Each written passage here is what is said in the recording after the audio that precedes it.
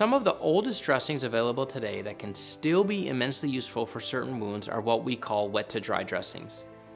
These dressing options involve soaking a sterile cotton gauze in a given solution and applying it directly to a wound. These dressings must be changed either twice a day or at the very least once a day for them to work properly. These dressing changes are particularly useful for heavily contaminated and infected wounds, as they're able to kill bacteria and remove dead non-viable tissue and debris. They function by laying on as a wet gauze and then drying out. As the gauze pad dries out, it sticks to the underlying tissues and when removed, takes with it the unwanted debris, bacteria, or dead tissues. When combined with different solutions, these dressings can be geared towards specific bacteria that are arresting the wound in the inflammatory phase of wound healing. Sodium hypochlorite, better known as bleach, and acetic acid, better known as vinegar, at the correct dilutions can be immensely helpful in cleaning up a wound and allowing it to progress to another phase of wound healing. When a wound is not heavily contaminated and full of bacteria or necrotic tissue,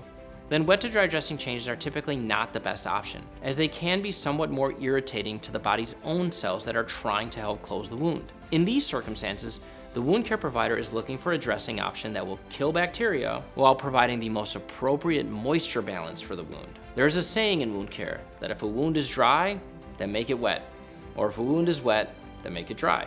Although overly simplistic, this is a still useful notion as it focuses your wound care provider on moisture control. The optimum moisture balance for wound healing is critical to maintain, as it facilitates your body's own cells and growth factors to reach the important parts of the wound as it tries to heal. A variety of different treatment options exist that try to help your body with this moisture balance and can be combined with other natural antibacterial agents such as silver, gentian violet, or even iodine, to name a few. The benefit of these dressing changes is that they can often be done less frequently, ranging from every other day to every 7 days, depending on the agent. This gives the wound more opportunity to heal underneath the dressing in between the trauma of having a change performed. There are also even more advanced wound care modalities, such as negative pressure wound therapy, that have been instrumental in advancing our ability to get very difficult, complex wounds fully closed. The complexity of these dressings requires a wound care nurse to perform them,